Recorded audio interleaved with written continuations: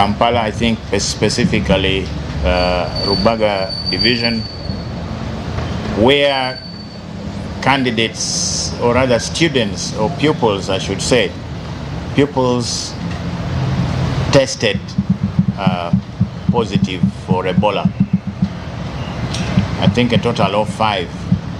Abayinza okuba nga balina obulwadde bwa Ebola era n'omuwendo gw'amasomero guyinza okuba nga UNEB etegezeddwako nti waliyo Ebola.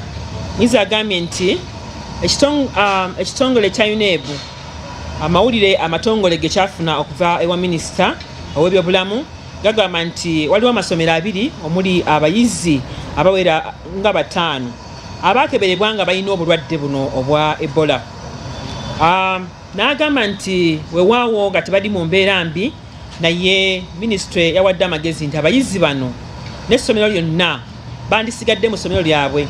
Essomero lino lyayise erya Green Valley teririna senta ya UNEB, naye ekitongole kijja kusobola okubawa ebibuuzo mu ssomero lyabwe olw'okugezaako okwewala okusaasaanya obulwadde singa buba nga bukyali mu ssomero eryo. N'olwekyo ekitongole kigenda kukola enteekateeka kitwaleyo ebibuuzo eri abayizi abo kisobole okubikuuma babeere nga basigala nga bali bulungi, n'abalala gye bantulidde basigale nga bakuumiddwa bulungi. Akubiriza abakulu b'ebyenjigiriza ku disitulikiti ez'enjawulo okubeera nga bafaayo nnyo okulaba nga bateeka abasomesa abamala mu masomero gano abanakuuma ebibuuzo.